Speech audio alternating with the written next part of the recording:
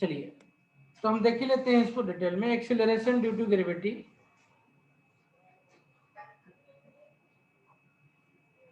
Acceleration due to gravity, हमको पता है कि दो ऑब्जेक्ट के बीच में जो फोर्स होता है ग्रेविटी की वजह से वो होता है जी m/m अपान r स्क्वायर होता है, और हमको पता है कि F इक्वल टू mg भी होता है ना। तो सेम फोर्स होगा ये, तो चूंकि अगर इनको दोनों को इक्वल करेंगे हम तो हमको मिल जाएगा G इक्वल टू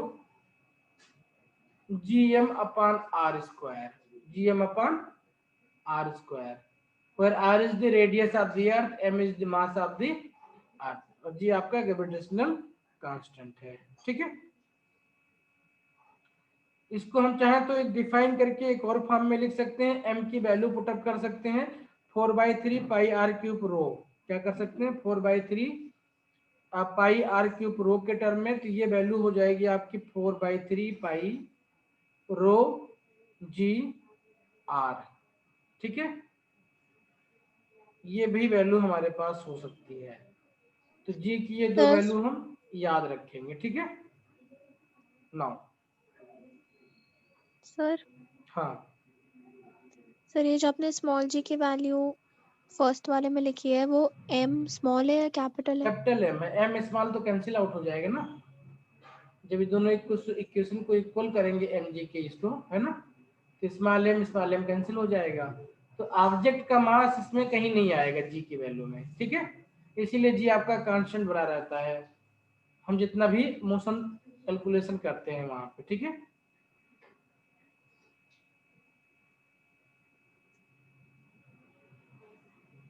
तो इन दोनों फार्मूले से हमको दो चीजें समझ में आई कि जी की वैल्यू डिपेंड्स करती है किस किस पे डिपेंड्स करती है, ये मास पे डिपेंड करती है, ये रेडियस पे डिपेंड करती है, अब मास की जगह पे अगर हम चाहें तो इसको रिप्लेस कर सकते हैं डेंसिटी के साथ में, है ना। तो G depend on density, mass and radius, किसके, जिस भी ऑब्जेक्ट के बारे में बात की जाए, मून के बारे में बात करेंगे तो उसका मास रेडियस डेंसिटी, अर्थ की बात करेंगे तो अर्थ का मास रेडियस एंड डेंसिटी। ठीक है, ओके, तो G depends on mass radius density of planet, planet. ठीक है, ओके, अब जब भी किसी पे कहीं पे m/r स्क्वायर की वैल्यू ज्यादा होगी तो g की वैल्यू ज्यादा होगी।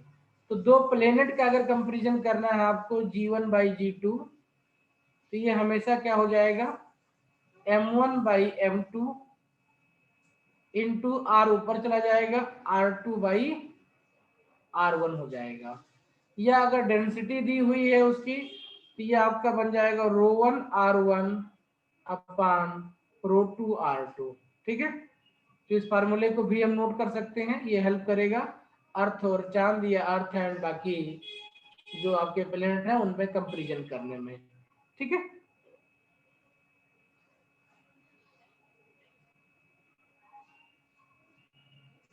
नाउ जो जी की वैल्यू चूंकि वो रेडियस पे डिपेंड कर रही है, उसके मास या डेंसिटी पे डिपेंड कर रही, तो इसकी वजह से ये आपके प्लेनेट के शेप पे डिपेंड करेगी।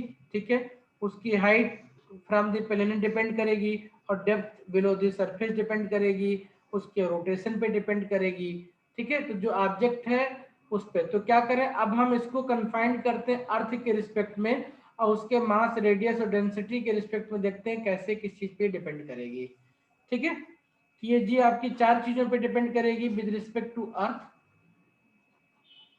जी ऑन अर्थ, ये किस किस पे डिपेंड करेगी,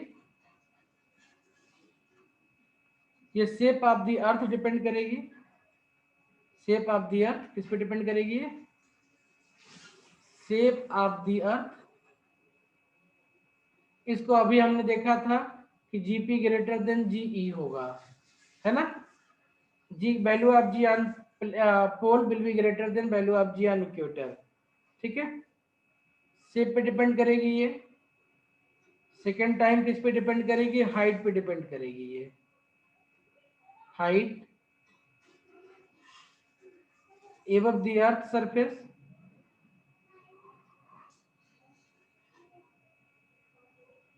इसका फार्मूला अभी लिख रहे हैं। थर्ड डिपेंड करेगा depth below the earth surface,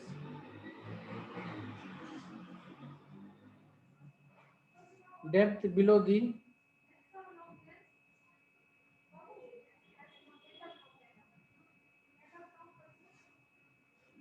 earth surface, ठीक है। और depth below the earth surface हो गया, and axial rotation of the अर्थ,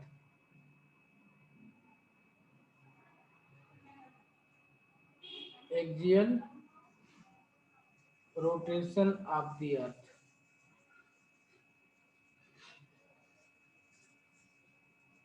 कैसे डिपेंड करेंगे, पहले वाले के लिए हमने सिचुएशन देख ली हुई है, ठीक है।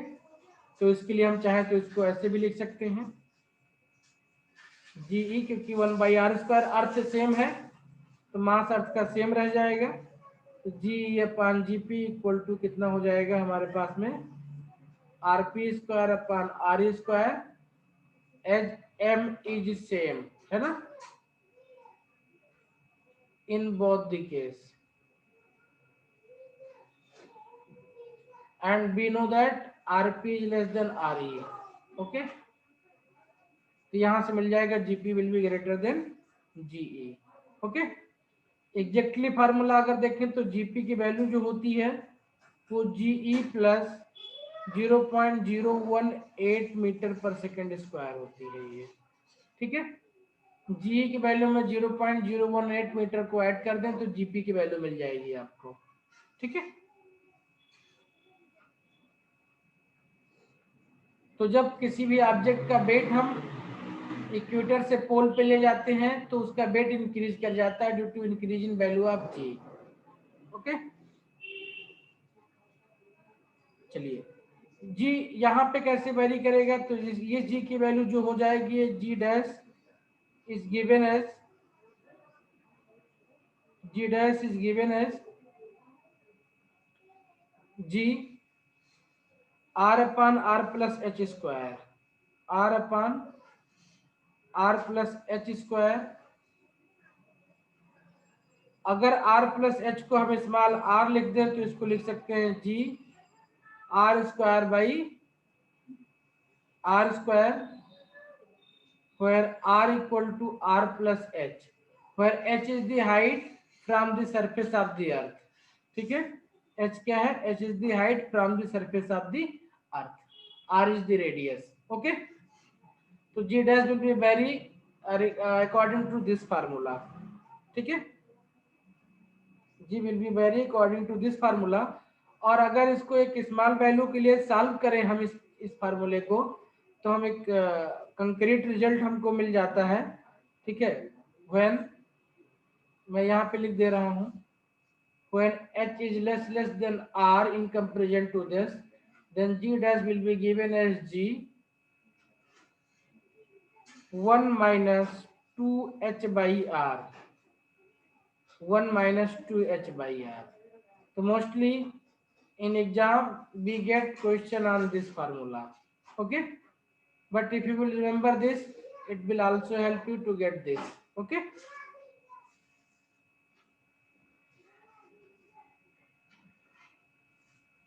सर ये जो आपने बॉक्स में लिखा है ये सिर्फ उसके लिए वैलिड है ना जिसमें h is very less than r? हाँ, एच इज, अब एच आपका 6400 होता है, ठीक है। तो एक बिग वैल्यू है, उसके कंपेरिजन में 2 किलोमीटर 4 किलोमीटर की वैल्यू जो होगी आपकी, तो मीटर 100 मीटर 200 मीटर की वैल्यू क्या होगी, नेग्लिजिबल होगी ना। तो ये वहाँ पे उसके लिए वैलिड है ये, ठीक है। तो जनरल पर्पज के लिए, अपने कैलकुलेशन के लिए हम इस चैप्टर में इसी फार्मूले को यूज करेंगे, ठीक है। जितने भी प्रैक्टिकल कैलकुलेशन होंगे उसके लिए हम इसी वैल्यू को यूज करेंगे हम, ठीक है, ओके। ठीक है बेटा, इस चीज को हम थोड़ा और एनालाइज कर सकते हैं तो हमें हेल्प करेगा क्वेश्चन को क्विकली बनाने में। डेल्टा जी को लिख सकते हैं जी माइनस जी डैश, है ना। इसकी वैल्यू 2hg/r हो जाएगी। कितनी हो जाएगी? 2hg/r। तो डेल्टा जी कैलकुलेट करना इजी हो जाएगा। फ्रैक्शनल डिक्रीज अगर हमें पूछा जाए, जबकि पूछा नहीं जाता लेकिन जानना चाहिए, फ्रैक्शनल डिक्रीज पूछा जाए तो कितना हो जाता है? वो डेल्टा g/g हो जाता है ना? ये कितना आ जाएगा? 2h/r हो जाएगा। ठीक है। अब परसेंटेज डिक्रीज कितना हो जाएगा? तो परसेंटेज डिक्रीज हो जाएगा 2h/r इंटू 100%, है ना? तो बहुत इंपॉर्टेंट फार्मूला है 2h/r। ये आपको फ्रिक्शनल डिक्रीज दे देगा और 2h/r आपको परसेंटेज डिक्रीज दे देगा। तो अगर कभी फ्रिक्शनल डिक्रीज या परसेंटेज डिक्रीज पूछा जाता है तो हम इसको यहाँ से कैलकुलेट करने के बजाय 2h/r यूज करके निकालना प्रेफर करेंगे। ठीक है, ओके।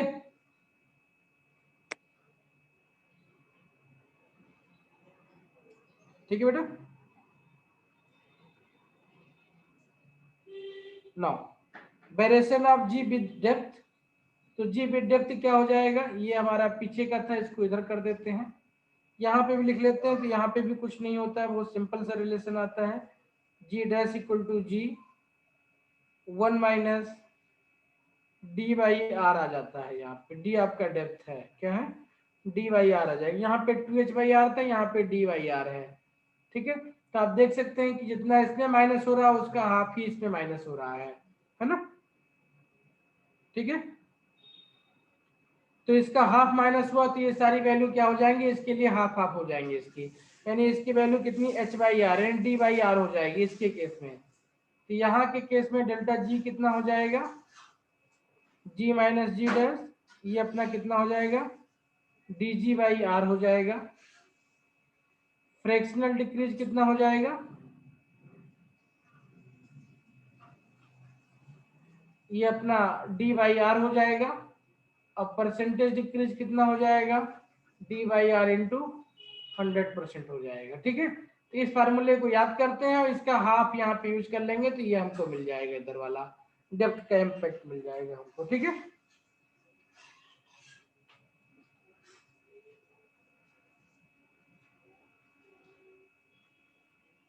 ठीक है बेटा। तो यहाँ पे एक सिंपल सा हम इसको कंक्लूड कर सकते हैं कि जो रेट है डिक्रीज का वो आउटसाइड अर्थ क्या है, जो इनसाइड है उसका डबल है ना? तो the rate of decrease of gravity outside the earth is double two that of inside the earth, जो कि यहाँ से देख सकते हैं, है ना? ओके। सर डी क्या है? डी आपकी डेप्थ है, ये आपका अर्थ है, अर्थ के अंदर कितना आप गए हैं, ये डी है डेप्थ। ठीक है। Depth below the earth surface है ना, depth D, okay sir, thank you. Height H. Okay.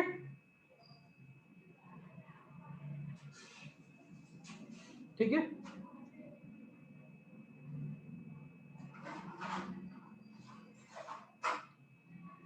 Fourth वाला है वो आपके स्कोप से बाहर होता है अभी इस लेवल पे, लेकिन फिर भी फार्मूला होता है तो लिख लेते हैं, कई बार पूछ लेता है तो हमें पता होना चाहिए। छोटा सा फार्मूला है, G dash equal to G minus omega square R cos square lambda होता है ये। ठीक है। ठीक है। जहां पे ओमेगा आपका रोटेशन है, ठीक है, and lambda is the latitude. Lambda क्या है? लैटिट्यूड है। ठीक है, मतलब किस पोजीशन पे हम बात कर रहे हैं उसका लैटिट्यूड क्या है। ठीक है। और ओमेगा आपका क्या है? अर्थ का रोटेशन है। तो G dash will be G minus omega square R cos square lambda होगा। ठीक है।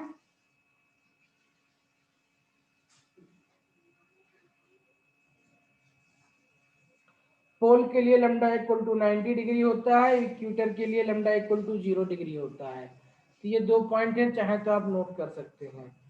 Lambda equal to 90 degree for pole and lambda equal to 0 degree for equator. तो यहां से भी देख सकते हैं कि जी के ऊपर इक्वेटर पे सबसे ज्यादा इम्पैक्ट पड़ेगा, क्योंकि कास जीरो की वैल्यू 1 होती है और cos 90 की वैल्यू 0 होती है।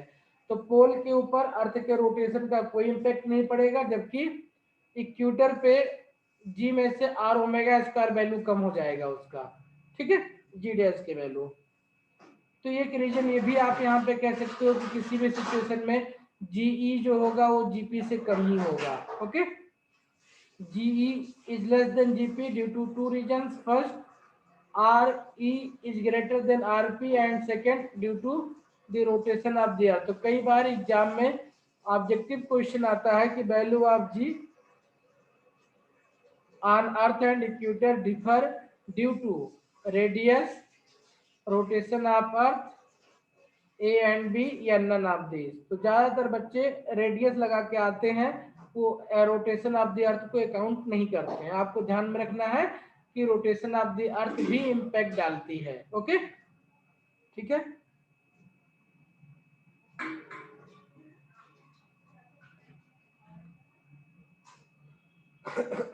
ओके बेटा,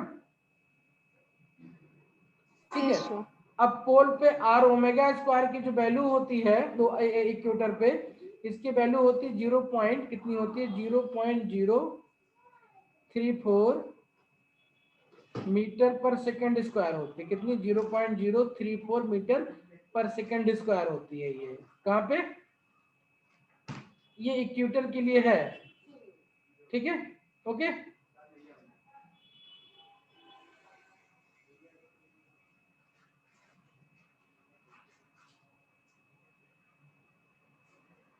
ठीक है बेटा।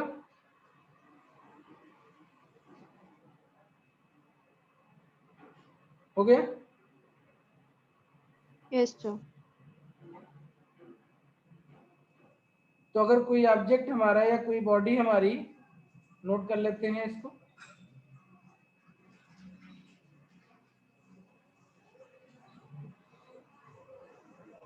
when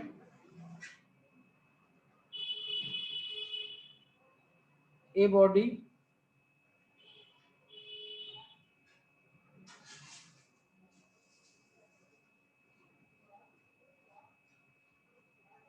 M is moved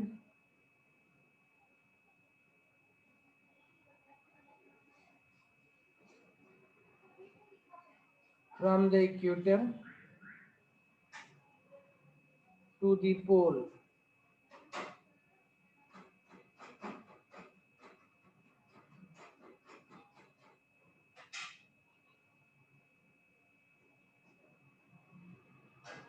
its weight increases by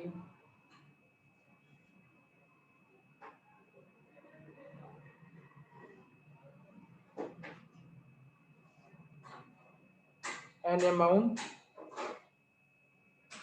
M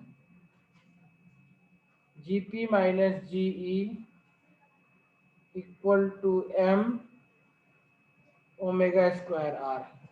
ठीक है, इस इक्वेशन को सॉल्व करके हम इसको निकाल पाएंगे। R ओमेगा स्क्वायर की वैल्यू हमने पीछे लिखा हुआ है, तो चाहे तो उसको हम यहाँ पे नोट करके सॉल्व कर सकते हैं। ठीक है, ओके। सेकेंड इंपॉर्टेंट पॉइंट है इसके रिस्पेक्ट में, weightlessness due to rotation of earth. Sir important point omega है, स्क्वायर आर की वैल्यू दोबारा लिख दो प्लीज। पीछे लिखा हुआ है 0.034 मीटर पर सेकेंड स्क्वायर, ये इक्वेटर पे होती है। ठीक है, ओके। 0.034 मीटर पर सेकेंड स्क्वायर, और जीपी इक्वल टू कितना होता है जीई प्लस 0.018 मीटर पर सेकेंड स्क्वायर। तो जीपी माइनस जी की वैल्यू कितनी हो जाएगी, जीपी माइनस जी की वैल्यू हो जाएगी 0.18। कितनी हो जाएगी 0.18। ओके,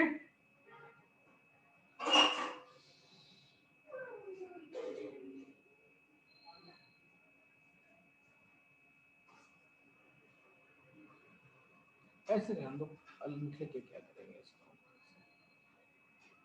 हमें नेक्स्ट पॉइंट देखना है, weightlessness due to rotation of earth. बहुत इंपॉर्टेंट कॉन्सेप्ट है, डायरेक्ट क्वेश्चन आता है अगर आता है तो।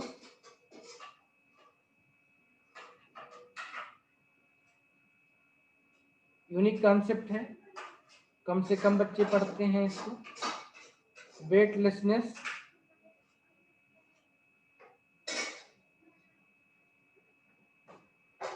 ड्यू टू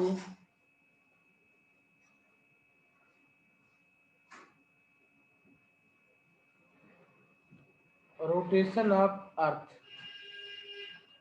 ठीक है, weightlessness due to rotation of earth. तो हमको क्या पता है, हमको पता है कि on equator G dash is given by G minus omega square R, okay, होता है G dash equal to G minus omega square R on equator, है ना। एंड इफ एनीबॉडी या someone feel weightlessness it means he or she is feeling g dash equal to 0, है ना। तो weightlessness means g dash equal to 0. So if this is going to be 0, then g minus omega square r, and this will give omega equal to under root g by r, ठीक है। क्या देगा ये, omega equal to G by R. अगर earth आपकी इस omega से rotate करेगी तो आपको इक्वेटर पे वेटलेसनेस फील होगा। और ये कितना होगा, इसकी वैल्यू निकाल लेते हैं।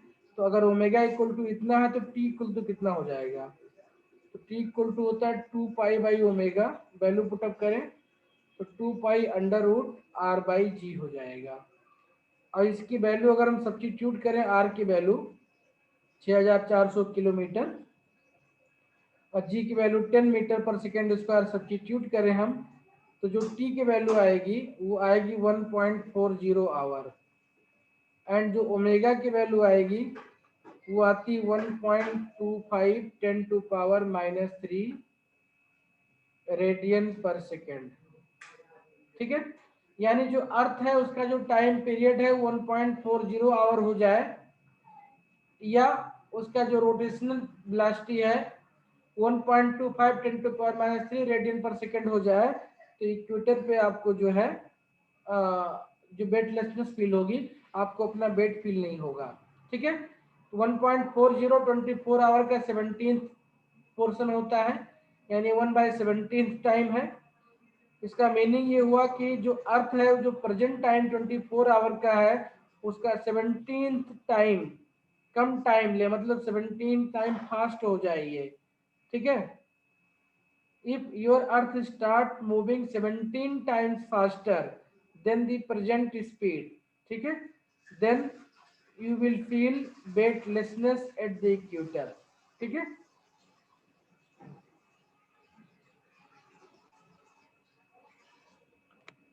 ओके, यहाँ पे एक बड़ा इंपॉर्टेंट क्वेश्चन आता है, बड़ा इंपॉर्टेंट पॉइंट होता है, वो उसको नोट करना भी जरूरी है कि अगर अर्थ रोटेशन स्टॉप कर देंगे तो क्या होगा, क्योंकि हाइपोथेटिकल क्वेश्चन है, ये भी हाइपोथेटिकल क्वेश्चन था, वो भी हाइपोथेटिकल क्वेश्चन होगा, तो दोनों को नोट कर लेना चाहिए इनको। इसका कंक्लूजन चाहो तो यहाँ पे नोट कर लो, क्योंकि कई बार वैल्यू याद नहीं रहती, लेकिन ये स्टेटमेंट याद रह जाता है, ठीक है। लिखो, if earth starts, this means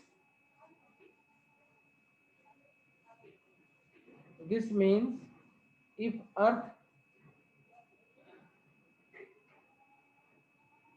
starts rotating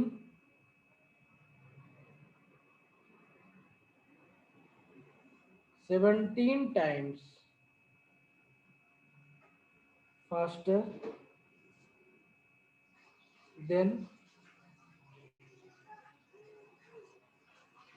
all objects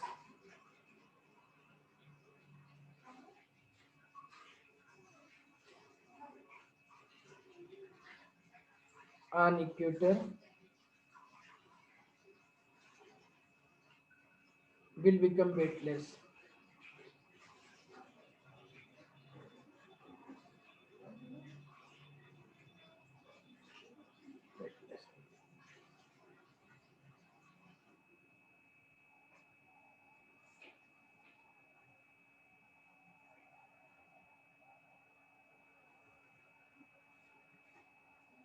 ठीक है,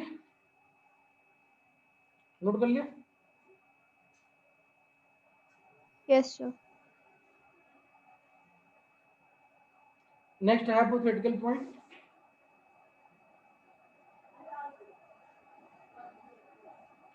if earth stops rotation.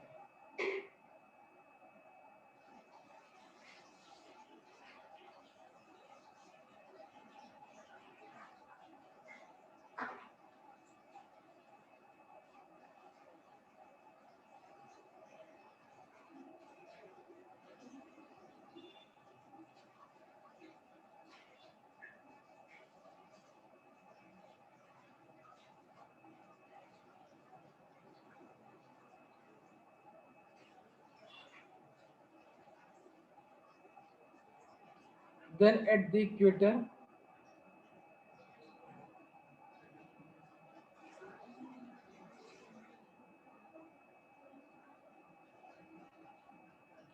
the value of G increases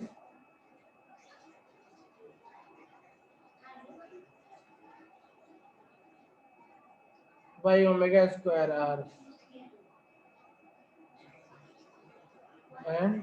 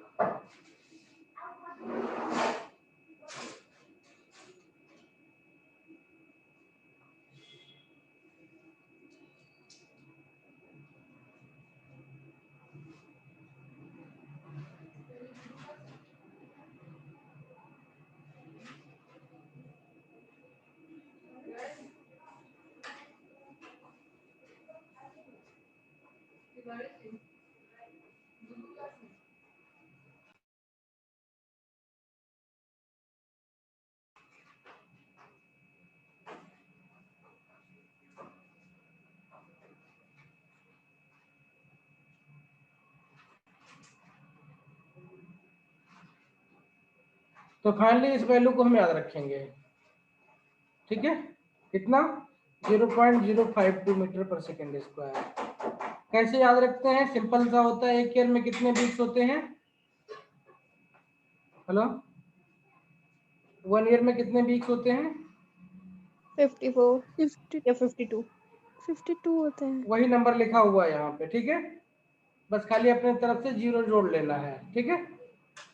तो 0.052 मीटर पर सेकेंड स्क्वायर, ये सिर्फ याद करने की तरीके हैं, किस तरीके से दिमाग में इसको रख सकते हैं, ठीक है, ओके, ठीक है, ओके। तो ग्रेविटेशनल पोटेंशियल क्या है? तो किसी भी ग्रेविटेशनल फील्ड में जो पोटेंशियल होता है that is defined as negative work done per unit mass in shifting a test mass from some reference point to the given point. क्या डिफिनेशन है, लिख सकते हैं इसको हम। At a given, at a point in a given field, at a point in a gravitational field लिखना ज़्यादा अच्छा है। at a point in a gravitational field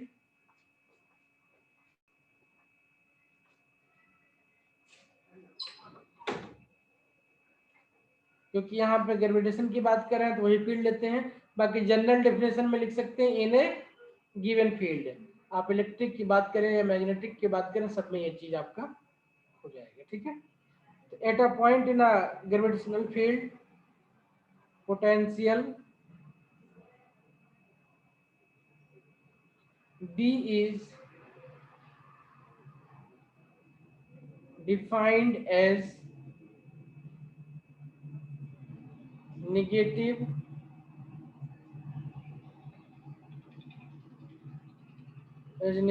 of work done per unit mass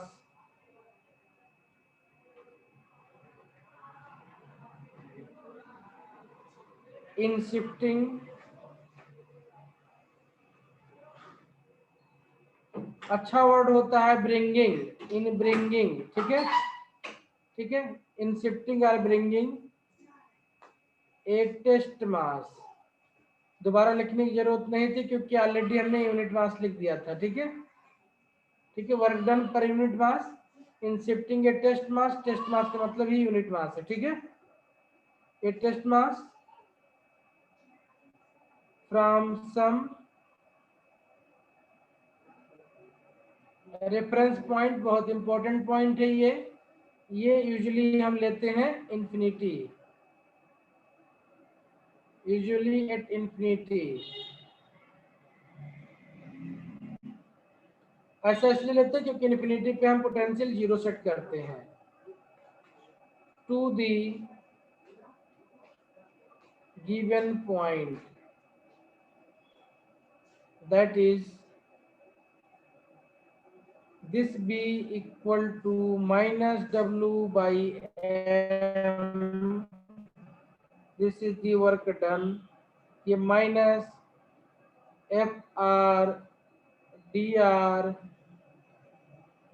by M, this can be written as simply F by I, आपका I हो जाता है M D R, या अगर न लिखना चाहें हम डायरेक्ट फार्मूले के टर्म में लिखना चाहें तो इसको हम यहीं से इंटीग्रेट करके ऐसे लिख सकते हैं। माइनस इंटीग्रेशन एफ की वैल्यू होती है G capital M upon small M, नीचे होता है आपका आर स्क्वायर और ये डी आर है। ये इंटीग्रेशन करना, एम से एम कैंसिल आउट हो जाएगा और ये आपका 1 by R square D R का इंटीग्रेशन कर देंगे हम, ये आपका माइनस आ जाता है, ठीक है।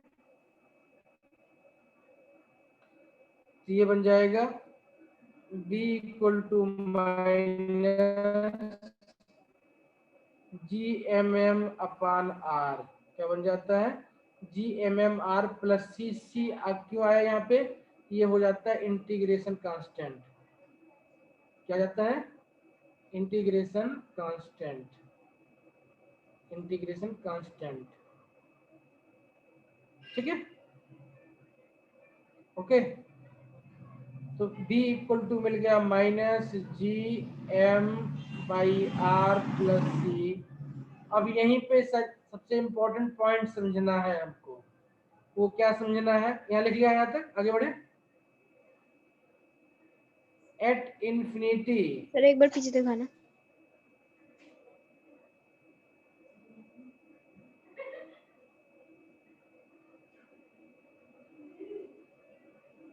हो गया सर।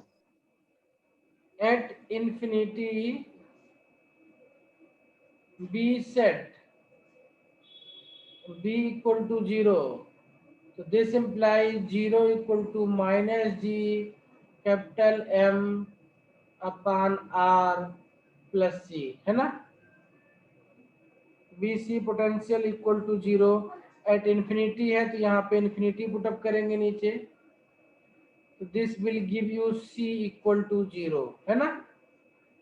तो it means with respect to infinity जो B हो जाएगा वो minus G M by R हो जाएगा। क्या बन जाएगा? Minus G M by R. मैं स्मॉल लिख रहा हूँ तो यहाँ पे स्मॉल ही लिखेंगे, जी एम बाई आर। ये किसी भी पॉइंट का पोटेंशियल हो जाएगा। क्या हो जाएगा? किसी भी पॉइंट पे पोटेंशियल हो जाएगा। ओके, तो ये पोटेंशियल हमारे इंपॉर्टेंट का नहीं है, हमारे इंपॉर्टेंट का पोटेंशियल डिफरेंस होता है। तो let's be have 2 points, point A and B. Let's we have 2 point A and B. This is point B and this is point A, and distance between these 2 points is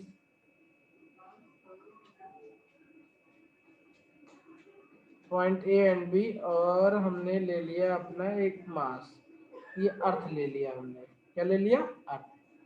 ठीक है, जिसकी वजह से potential field है। तो हमको पता है बी ए कितना हो जाएगा। अगर इसका यहाँ से डिस्टेंस आर ए है तो बी ए इक्वल टू हो जाएगा minus G M M upon R A, और इसका डिस्टेंस आर बी है तो ये कितना हो जाएगा? डी बी कितना हो जाएगा? Minus G M M upon R B हो जाएगा। तो ए और बी इन दोनों के पॉइंट के बीच में पोटेंशियल डिफरेंस को डेल्टा बी बोलेंगे। इसको डिफाइन करेंगे बी बी माइनस बी ए से। इसको माइनस करेंगे तो इसका साइन प्लस हो जाएगा, ये बाहर हो जाएगा जीएम, जीएम को बाहर कर दो, और माइनस साइन के साथ करना या प्लस साइन के साथ ये आपको डिसाइड करना है। ठीक है, तो मैं प्लस साइन के साथ में कर रहा हूँ, तो 1 upon R A minus 1 upon R B हो जाएगा। अगर माइनस साइन के साथ करोगे तो 1 upon R B minus 1 upon R A हो जाएगा। ठीक है, यही वैल्यू हमारे काम की है, सबसे इंपॉर्टेंट की है। यहाँ पे m कैपिटल M है, अर्थ का मास है ये। ओके, ठीक है, ठीक है बेटा। चाहो तो इसको ऐसे भी लिख के रख सकते हो, G M 1 upon R B minus 1 upon R A, दोनों चीज एक ही है। Okay, delta B.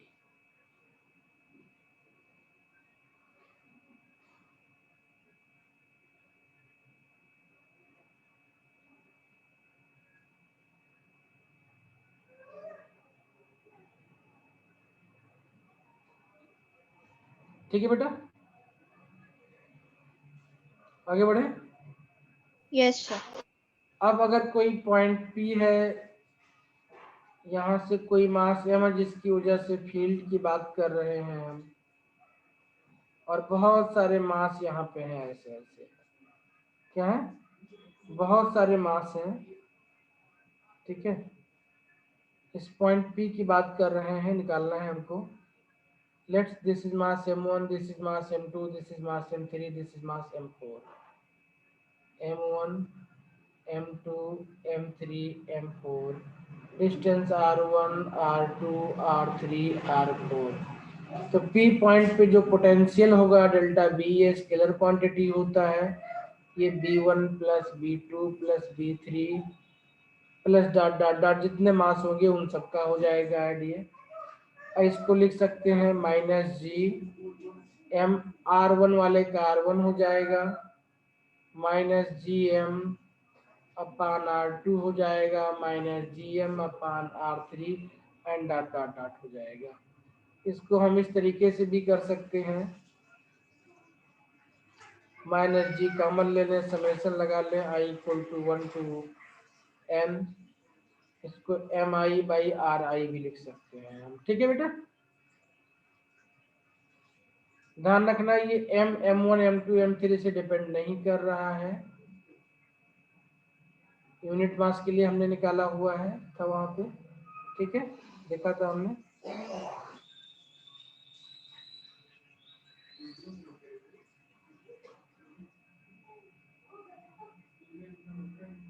ठीक है ना। मोस्ट इम्पॉर्टेंट पॉइंट या जो आपको सॉल्व करने की जरूरत पड़ेगी वो है अब पॉइंट ऑफ जीरो पोटेंशियल।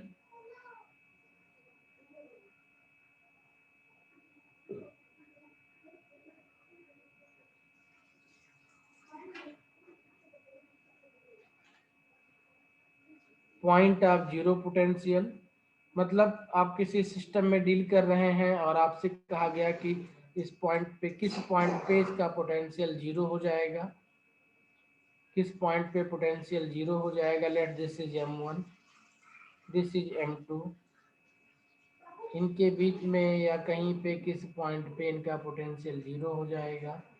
तो let's P is the point of zero potential. तो ये डिस्टेंस अगर आपका x है,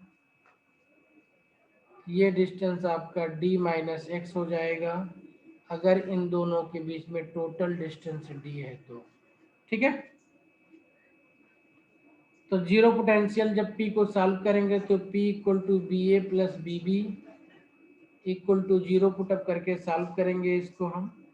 ये बन जाएगा minus GM1/x minus GM2/d minus X equal to zero. G निकल करके जीरो हो जाएगा और सॉल्व करेंगे तो x equal to M1d/M1 minus M2 आ जाएगा। तो इस फार्मूले को याद रखेंगे तो न्यूमेरिकल बनाना हमारे लिए इजी हो जाता है। ठीक है, बार बार यहाँ सॉल्व करने के बजाय हम डायरेक्टली वैल्यू पुटअप करके सॉल्व कर लेते हैं एग्जाम में। ओके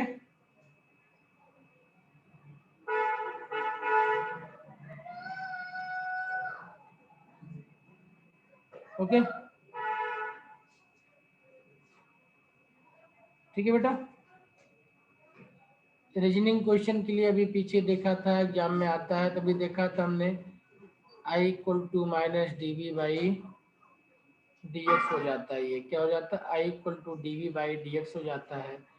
और कई बार एग्जाम में क्वेश्चन आता है in some region the gravitational field is zero, I equal to zero, और पूछता है कि ग्रेविटेशनल पोटेंशियल क्या होगा। तो बेटा किसी भी D V by D X की वैल्यू अगर जीरो होता है तो इसका मीनिंग होता है कि बी इज कांस्टेंट, है ना। तो चाहो तो स्टेटमेंट में लिख लो इसको कि if in any region the gravitational field is zero then gravitational potential will be constant in that region. Okay, if in any region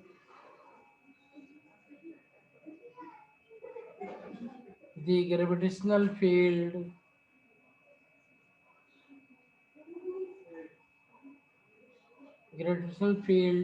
zero then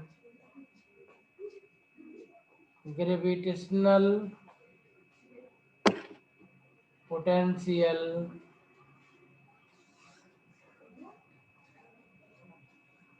will be constant in that region. ठीक है बेटा।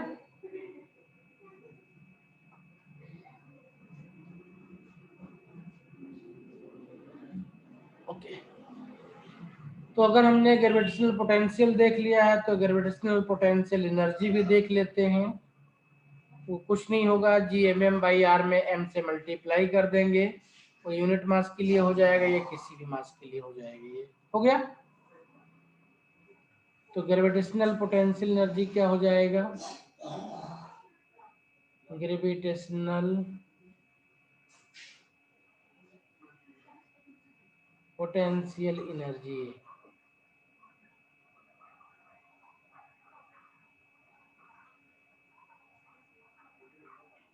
तो ये भी वैसे define किया जाएगा, the amount of work done in bringing the body from infinity to that point against the gravitational force। ठीक है, वैल्यू सेम आ जाएगी, सेम डेरिवेशन हो जाएगा। W इक्वल टू लिखेंगे, क्या लिखेंगे, infinity to R G/m upon R square G M M upon R square D R, इसको integrate कर देंगे तो जी एम एम कांस्टेंट था बाहर आ जाएगा। 1/r² डी आर का इंटीग्रेशन जो होता है वो -1/r होता है, तो माइनस बाहर कर दिया, 1/r ऊपर चला जाएगा, इन्फिनिटी और r यहाँ रख जाएगा। पहले r पुटअप करेंगे फिर इन्फिनिटी पुटअप करेंगे, ये बन जाएगा -GMM/r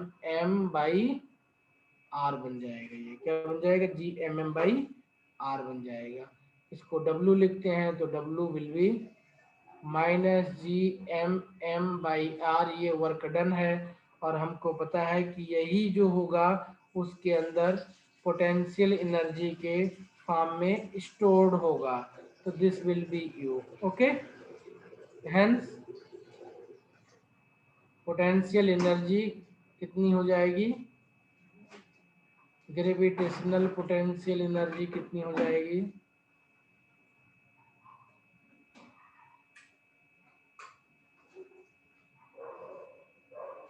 U हो जाएगी, और this will be equal to -GM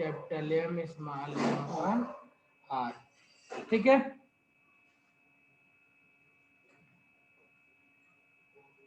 ध्यान रखना यहाँ पे 1/r है, माइनस साइन के साथ में है, तो अब अगर r इंक्रीज करेगा आपके पास में इन्फिनिटी तक चले जाओगे तो वैल्यू 0 हो जाएगी। आपको पता है कि 0 is greater than negative quantity. ठीक है, 0 is greater than negative quantity. तो as distance r increases the gravitational energy becomes less negative, that is it is increases। ठीक है, लिख सकते हैं कि as r increases U also increases। ठीक है बेटा,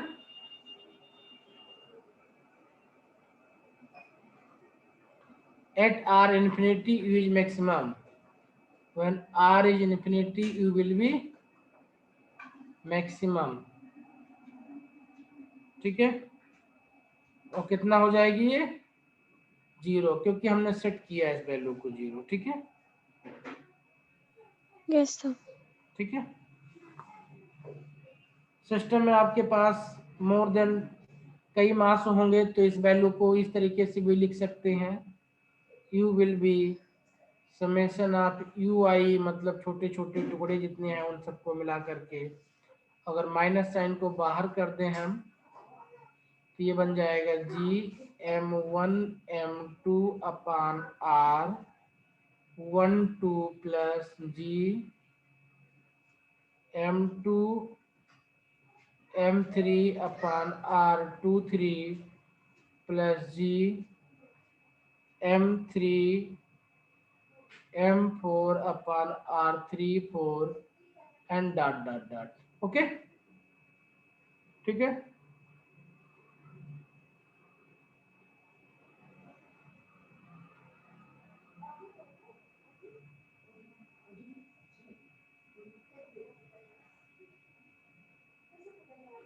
ठीक है, ओके हो गया। अब इसी फार्मूले से हम जैसे पीछे निकाला था हमने डेल्टा बी निकाला था यहाँ पे ना, ये निकाला ना डेल्टा बी, इसी तरीके से डेल्टा यू भी निकाल सकते हैं हम, कि अगर कोई ऑब्जेक्ट आपका एक पॉइंट से दूसरे पॉइंट पे R1 से R2 कोई ऑब्जेक्ट आपका मूव किया और प्रोवाइडेड दैट कंडीशन दिया है कि R1 is greater then R2 या R2 is less then R1। ठीक है, तो आपका जो एनर्जी U बन जाएगा, डेल्टा U बन जाएगा, वो क्या बन जाएगा? In this case delta U will be given as GMM in bracket 1 upon R1 minus 1 upon R2। ठीक है,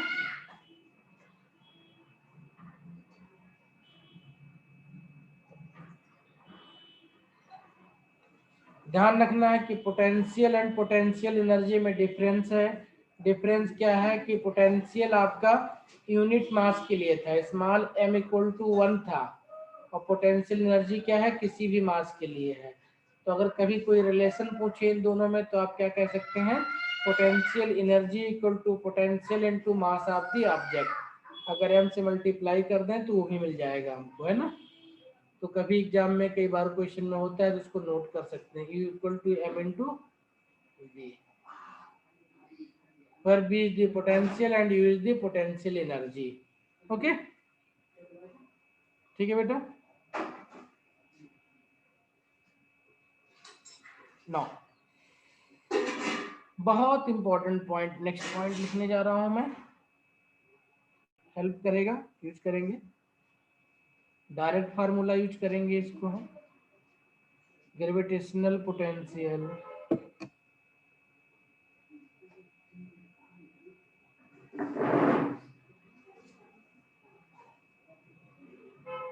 gravitational potential energy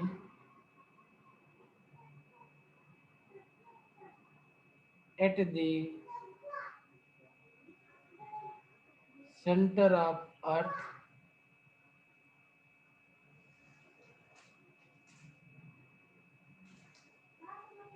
relative to infinity। U centre लिखेंगे इसको हम, ये बन जाएगा m इंटू बी सेंटर, ये बन जाएगा m इंटू बी सेंटर की वैल्यू कितनी हो जाएगी हमारे पास में,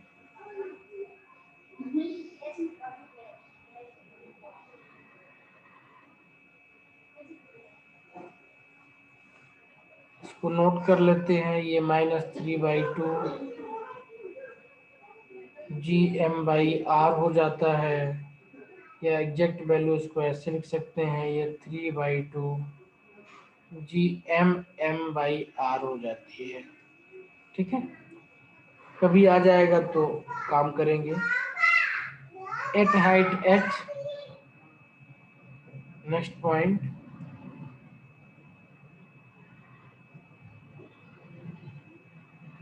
gravitational potential energy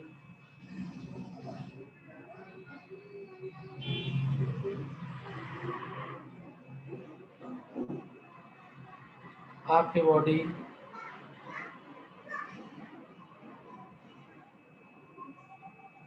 at height h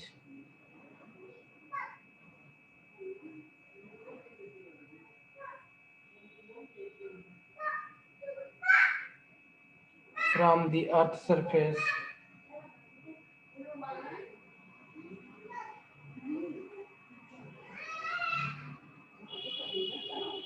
is given by UH equal to -GMM upon R plus H, या G के टर्म में अगर इसको लिखे हम, ये बन जाएगा -GR²M upon R plus H, या इसको और सिंप्लीफाई करें -MG R upon 1 plus H/R लिख सकते हैं।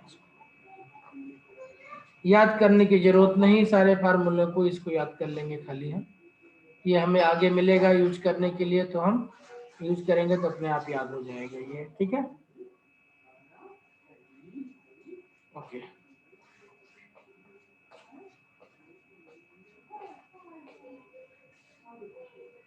ठीक है, यही इसी फार्मूले से हमारा आता है वर्क डन अगेंस्ट ग्रेविटीज, जो mgh यूज करते हैं फार्मूला ना, वो इसी फार्मूले से आगे चल करके आएगा, ये वाला जो फार्मूला है। ठीक है, mgh,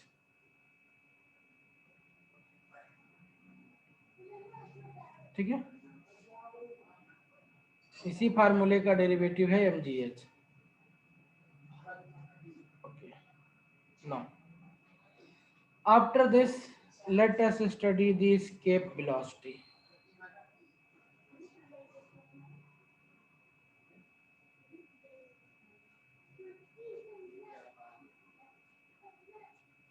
तो escape velocity क्या होती है कि अर्थ पे किसी पॉइंट पे किसी मॉलिक्यूल की जितनी एनर्जी है, अगर उसको उतनी एनर्जी दे दी जाए तो क्या करेगा, वो इन्फिनिटी पे चला जाएगा। ठीक है। The minimum velocity with which a body must be projected up so as to enable it to just overcome the gravitational pull is known as the escape velocity। वो अमाउंट एनर्जी का या velocity का जिससे उसको project करने पर वो अर्थ के ग्रेविटेशनल फील्ड को क्रॉस कर जाए, उसकी एस्केप वेलोसिटी होगी। ठीक है। तो क्या करना है, इसका एस्केप वेलोसिटी का मीनिंग क्या है कि we need to displace an object from the surface of earth to the infinity. मतलब हम r इक्वल टू इन्फिनिटी पे किसी ऑब्जेक्ट को भेजना चाहते हैं। ठीक है। From r equal to infinity किसी को भेजना चाहते हैं, तो इसमें हमें कितना वर्क करना पड़ेगा। तो let us find out this work. This work will be G M 1/r greater वाला 1/इन्फिनिटी माइनस 1/r स्मॉलर 1/r हो जाएगा। ये बन जाएगा जी m/r। कितना बन जाएगा, जी m/r हो जाएगा। ये अगर टोटल काइनेटिक एनर्जी हो जाए हमारे पार्टिकल का, ठीक है, तो this will become equal to half mve²। ठीक है।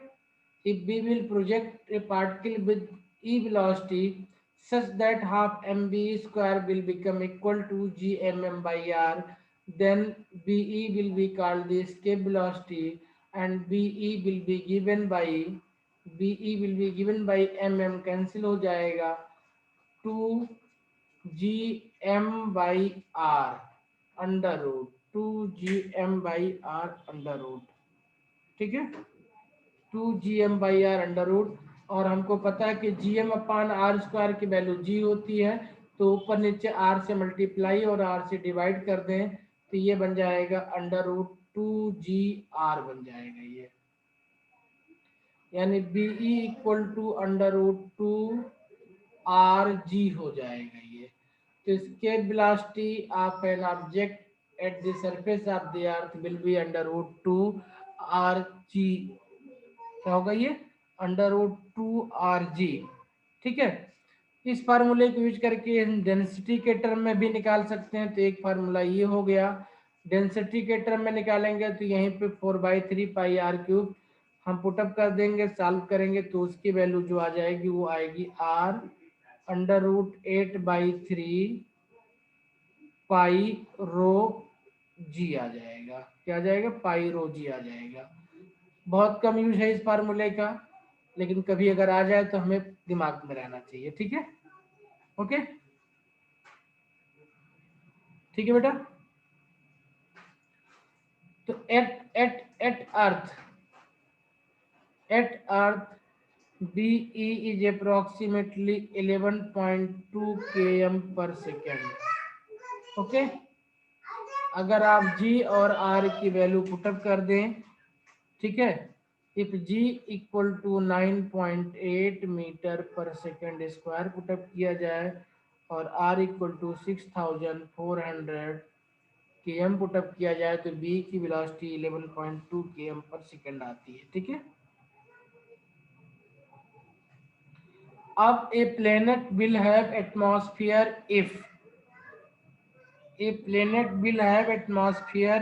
and only if the molecules will possesses less than BE velocity। Okay, अगर किस मॉलिक्यूल की वेलोसिटी BE से ज्यादा हो जाएगी तो एटमॉस्फेयर नहीं होगा। ठीक है, ओके। तो एटमॉस्फेयर होने की कंडीशन क्या है कि मॉलिक्यूल की वेलोसिटी BE से कम होनी चाहिए। ठीक है बेटा।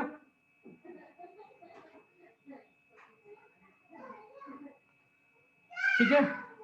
अब अगर किसी भी पार्टिकल को या किसी भी उसको इसके वेलोसिटी से लेस वेलोसिटी तक प्रोजेक्ट किया जाए तो वो एक हाइट तक जाएगा। उस हाइट तक जाने के बाद वो क्या करना शुरू कर देगा, वो रोटेशन स्टार्ट कर देता है। ठीक है, नोट कर लिया इतना? Yes sir. ओके। मून के पास कोई एटमॉस्फेयर क्यों नहीं है? क्योंकि मून का बी काफी कम होता है, 2 पॉइंट समथिंग किलोमीटर ही होता है आपका, ठीक है, 2 पॉइंट समथिंग km पर सेकेंड होता है, जो कि जो आपके मॉलिक्यूल गैसेस मॉलिक्यूल होते हैं उनके BRMS से कम होता है, ठीक है, इसलिए वहां पे कोई मॉलिक्यूल नहीं रुकता है, वो सारे के सारे एटमॉस्फेयर छोड़ देते हैं, ठीक है, okay.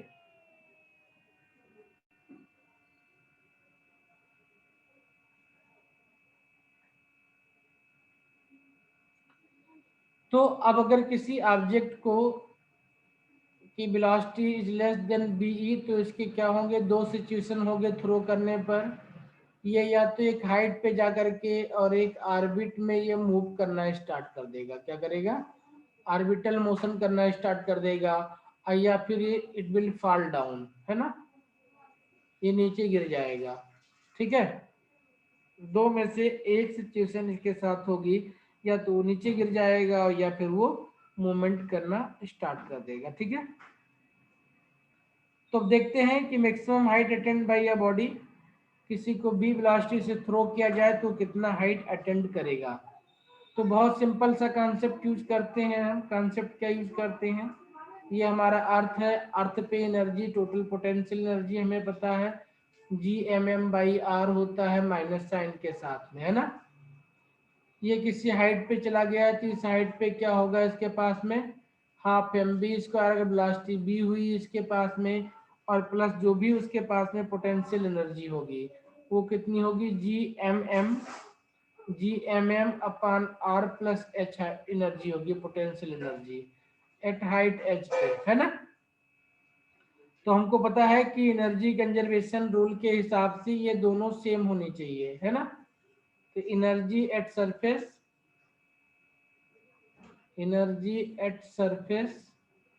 will be energy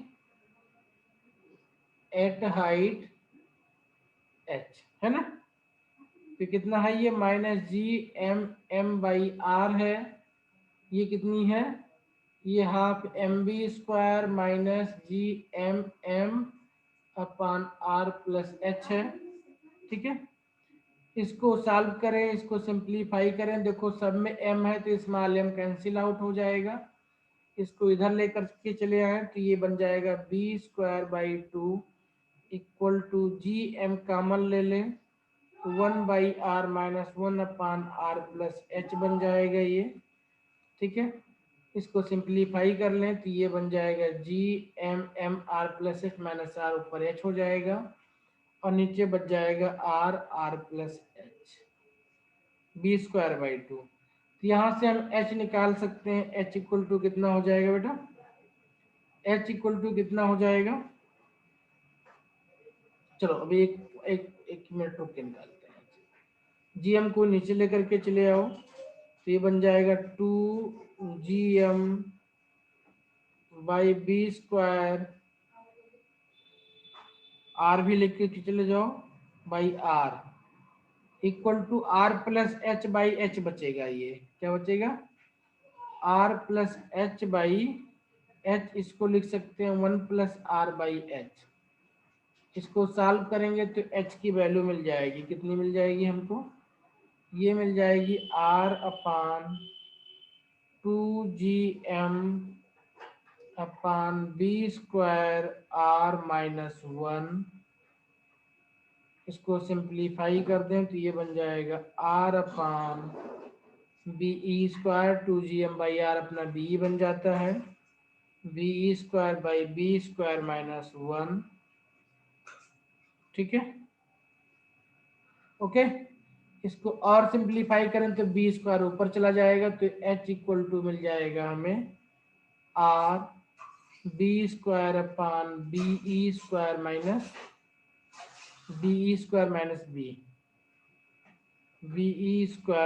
be² तो अगर किसी ऑब्जेक्ट को b वेलोसिटी से थ्रो किया जाए तो कितना हाइट अटेंड करेगा, वो h हाइट अटेंड करेगा, ठीक है।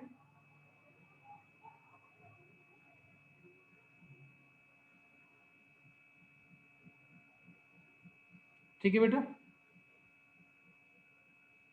Yes sir. अगर किसी ऑब्जेक्ट को b ग्रेटर देन बी से प्रोजेक्ट किया जाए तो क्या करेगा वो स्पेस में जाकर के under root B square minus B square speed से मूव करेगा। ठीक है, ठीक है, चाहो तो नोट कर लो इसको भी,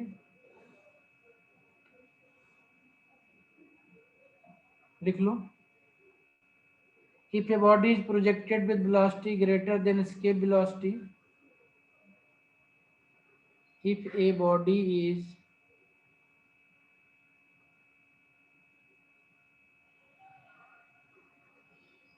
projected with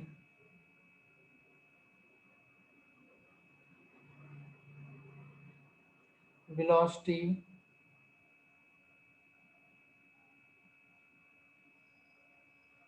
greater than escape velocity,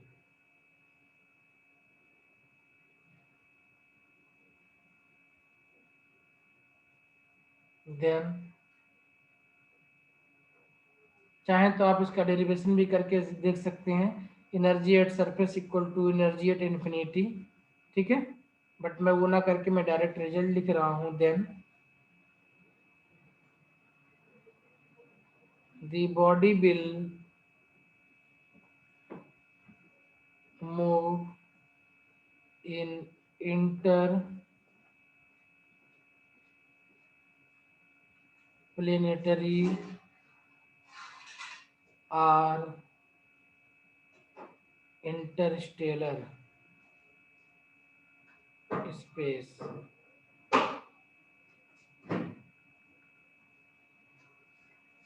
with velocity under root b square minus b e square।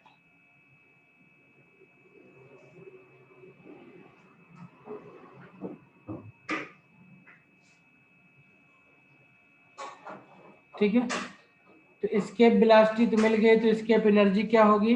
Energy corresponding to escape velocity is called the escape energy। ठीक है, तो escape एनर्जी जितनी पोटेंशियल नीचे है उतनी ही एनर्जी उसको दे दिया जाए, तो G M M by R is also called the escape energy. ठीक है,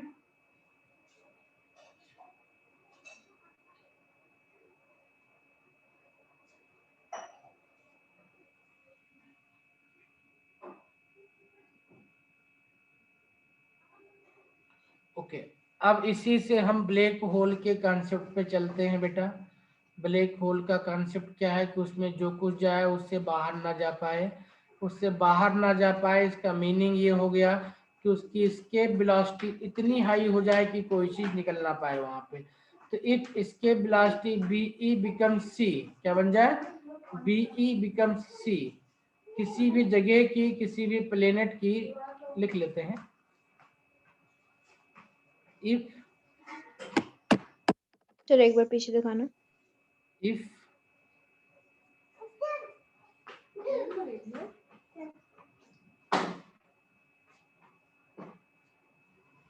अभी क्या कर रहे बेटा? टाइम हो गया आपका। अभी अभी हाँ हो गया सर। हो गया।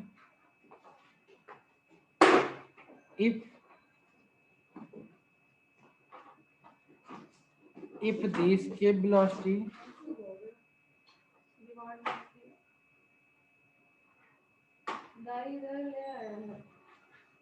if the escape velocity of a body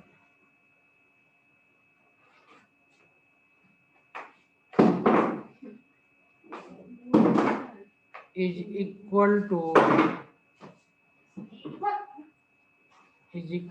the velocity of light,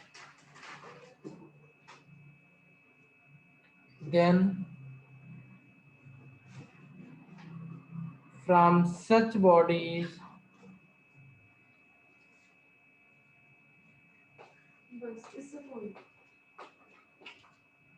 nothing can ये लो escape.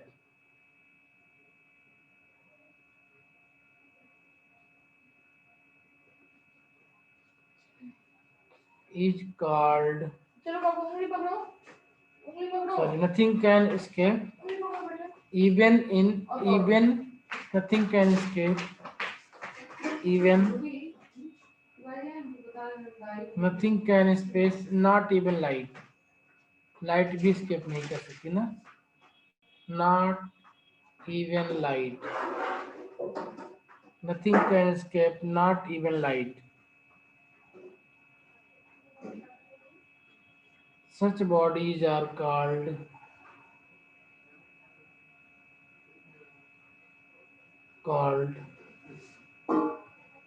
black bodies या black holes. Black holes.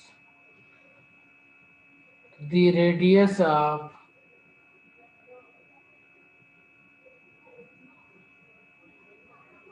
black holes can be calculated as, हमको पता है कि B इक्वल टू क्या होता है, अंडर रूट